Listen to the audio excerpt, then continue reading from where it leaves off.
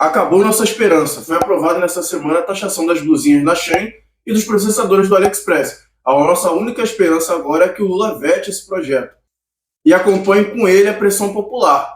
Vamos tentar entender um pouco do que aconteceu e o que está acontecendo. Os empresários viram que não estava dando ruim para eles, porque as pessoas estavam comprando produtos mais baratos, fizeram um lobby deles e foram pressionar o governo. Os empresários honrados foram perturbar o governo para poder taxar as compras mais baratas que as pessoas estavam fazendo. O que por si só já mostra um erro. Se eles fossem tão honrados assim como o Haddad alega, por que eles não pediram para poder cortar impostos deles? Por que não pediram isenções fiscais do lado dele? E não taxação nas compras da China que as pessoas estão fazendo. Até porque no final de tudo, hoje em dia, tudo que a gente usa vem da China, cara. O sofá é fabricado na China, a blusa fabricada na China, o teu telefone fabricado na China. E aí eles lutaram para poder jogar esse imposto pra gente e eles ficam de boa na maciota comprando o que eles quiserem e revendendo por um valor muito maior pra gente. O Haddad ainda teve coragem de ir na Câmara falar bem do governo anterior. Né? Eu não sei se ele acredita que ele falou bem, que ele falou mal, mas só passa uma impressão pra gente. Vou colocar aí um trecho do vídeo para vocês verem. Só que havia determinação política que durou 5 anos que nada fosse feito.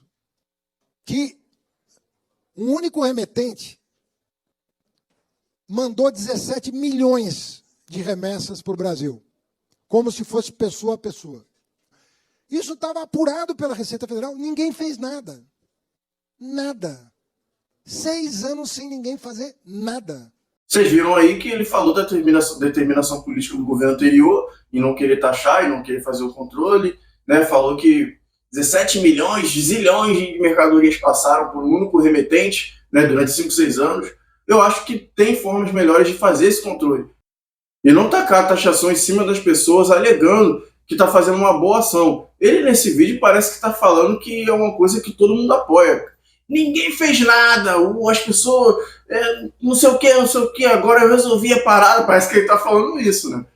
Dá a entender que ele tem a opinião popular ao lado dele, que ele tem a opinião das pessoas ao lado dele. Por que ele não criou isenções fiscais, né, para empresas nacionais, para o varejo nacional? Por que ele não fez corte no orçamento que ele fica distribuindo aí na Câmara, no Senado, né, benefício para juiz? Por que ele não cortou da elite do funcionalismo público para poder distribuir benefício para as empresas, isenção fiscal, tira imposto, né? No final, ele vai estar melhorando a concorrência das empresas nacionais com os produtos lá fora da mesma forma. Então, eles encarecem o processo no Brasil, encarecem o produto final para as pessoas encontram outras formas de comprar aquele mesmo produto, às vezes de uma qualidade melhor e um preço mais baixo, que é o mais importante, e eles vão lá e penalizam as pessoas, criando impostos naqueles produtos que eles encontraram. Eu acho isso de um mau caratismo gigantesco. Fora o fato de quase tudo que a gente compra no AliExpress, na Shopee, Shein, né, quase tudo não é fabricado no Brasil. A gente não tem exemplos no Brasil. Você não vai encontrar um processador fabricado no Brasil. O Brasil não fabrica processador. Então esses empresários honrados, né, empresários tão honrados que o Haddad falou que eles são, vou botar o vídeo a seguir para vocês darem uma olhada. O varejo brasileiro é honrado. É feito de empresários honrados. A indústria brasileira é honrada. Eles são tão honrados que se juntaram para poder sugerir a taxação das compras das pessoas. Eles em nenhum momento sugeriram isenção de imposto para eles, isenções fiscais, né, para poder nivelar o jogo, para poder nivelar a concorrência. Eles são honrados a esse ponto.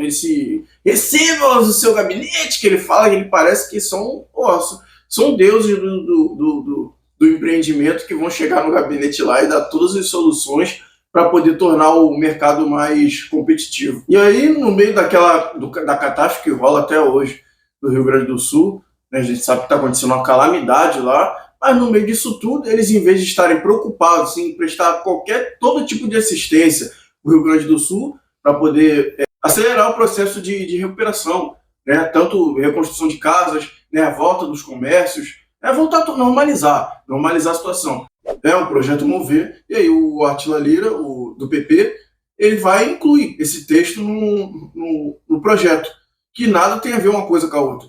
Então ele inclui esse jabuti, que para quem não sabe, jabuti é uma matéria estranha, é quando você inclui uma coisa que nada tem a ver com o projeto original, né, que é exatamente o que aconteceu, uma coisa sobre carros com taxação de compra internacional, não tem nada a ver uma coisa com a outra.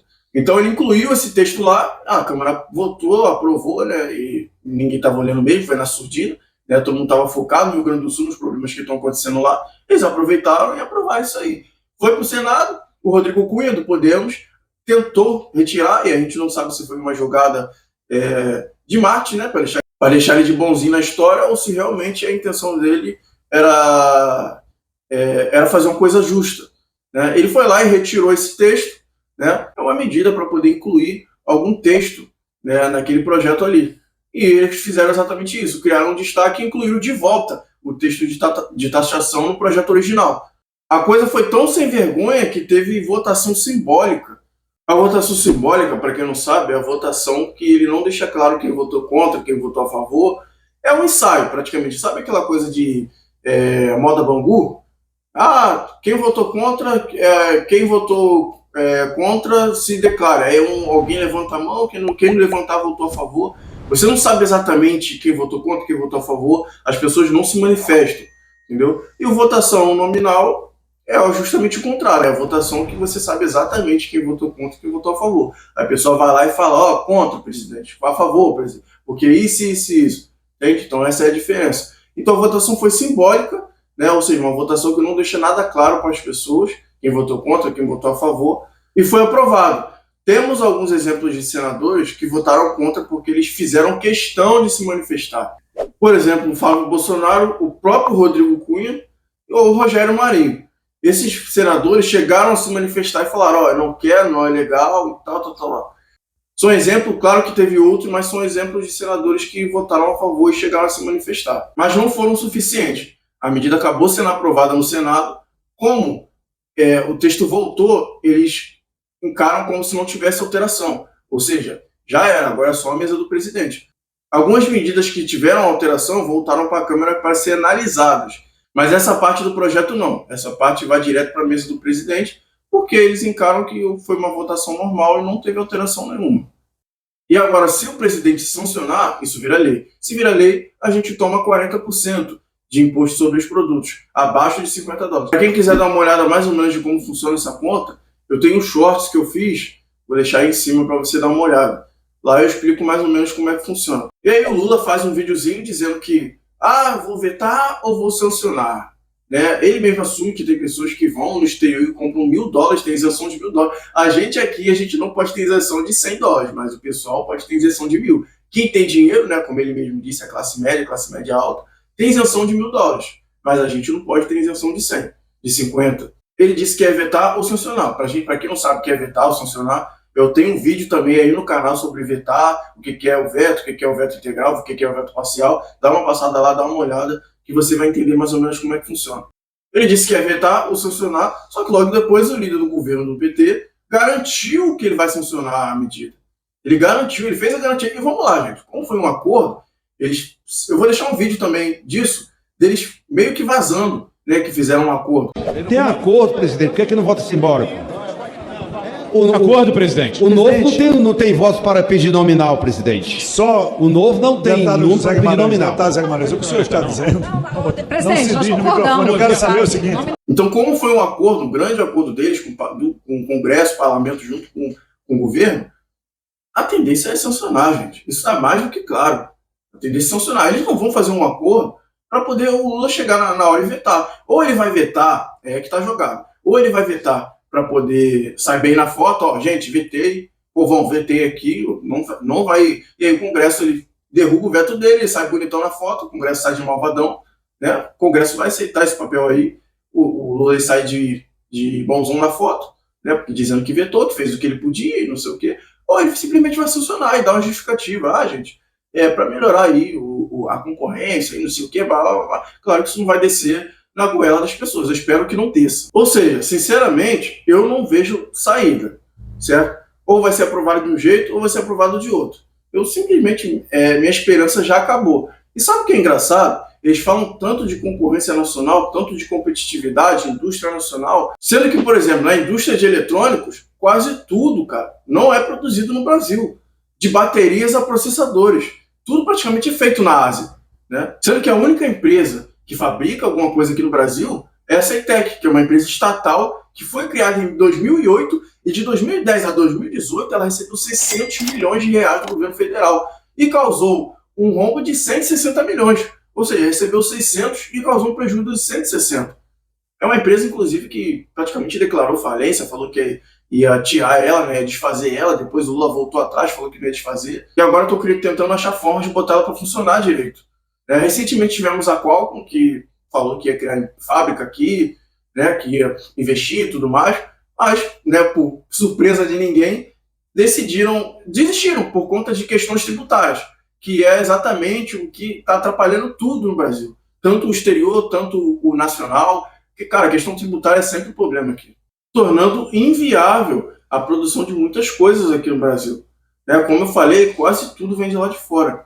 O que está acontecendo agora é que o varejo está ganhando a permissão, o privilégio deles comprarem sozinhos, a gente não vai poder mais comprar sem esse imposto todo, essa carga toda, eles vão comprar sozinhos de lá de fora, vão vender para a gente 10 vezes o valor e vai ficar por isso mesmo. Quando, na verdade, a medida deveria ser você isentar alguns impostos dos varejos aqui nacionalmente.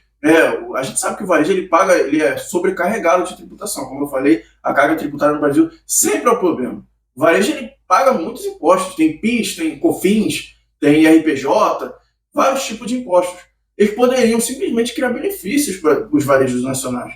A gente sabe que essa medida não vai mudar muita coisa. O que vai acontecer é que as pessoas vão encontrar outro meio de trazer mercadoria mais barata para o Brasil. A entrada de mercadoria para a mesma classe média que ele falou que a classe média tinha isenção de $1.000, pode ser um exemplo. As pessoas podem simplesmente começar a trazer mercadoria via viagem para cá. Ou, por exemplo, começar a ser uma triangulação, começar a entrar pelo Uruguai, pelo Paraguai, enfim. Vai acabar encontrando algum outro meio de trazer essa mercadoria para cá. Não tem jeito. As pessoas, ou simplesmente, se não tiver meio, as pessoas vão parar de comprar ou vão diminuir. Isso é fato, isso é lógico. Ao mesmo tempo que o real ele se desvaloriza, a gente perde poder de compra, as mercadorias não podem aumentar o valor delas. Senão a gente para de consumir, certo? A gente começa a dar prioridade a coisas que são prioridades. Alimentação, esse tipo de coisa. Aí vai parar de comprar câmera, vai parar de comprar processador. Então o valor que eles esperam arrecadar vai cair, o comércio vai cair, até o comércio nacional mesmo. Você acha que com o imposto, um processador mudando de R$200, subindo para 300 no AliExpress, o varejista que vai vender esse processador, ele vai colocar R$200 para a gente comprar, que era o valor anterior? Não, ele vai subir esse valor. No AliExpress é 300, ele vai colocar 400. Então a gente vai parar de consumir, ou vai diminuir e muito o consumo. Em vez de trocar o processador 2 vezes a cada 4 anos, 5 anos, a gente vai trocar 10 a 15 anos, certo? Então, essa prática nada beneficia, não beneficia ninguém. Não beneficia o consumidor, não beneficia o varejista, não beneficia o comércio. Enfim, a única esperança que temos agora é que se o Lula vetar, vir a público, vetar e vir a público falar, gente, não é legal, vamos fazer pressão aí para o parlamento não derrubar esse veto. É a única alternativa. Porque fora isso, se ele só vetar e não falar nada, não se manifestar, nada, a gente pode assumir que é uma jogada de marketing, para ele sair bonitão na foto.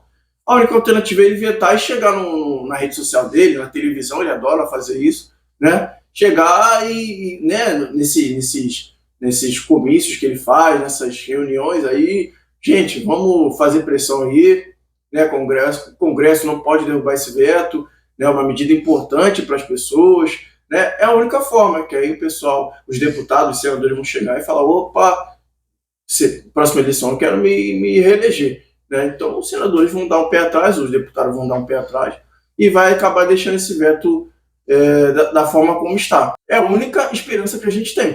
Fora isso, a gente pode assumir que já era. Se acostumar mesmo com o valor que vai começar a vir aí e diminuir o consumo. A verdade é essa. E aí, o que você achou desse processo?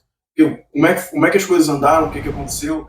O que pode acontecer a partir de agora? O que você acha que o Lula pode estar fazendo para poder derrubar isso, para poder melhorar as coisas para a gente? No final, tudo que eles fazem acaba espelhando na gente, querendo ou não.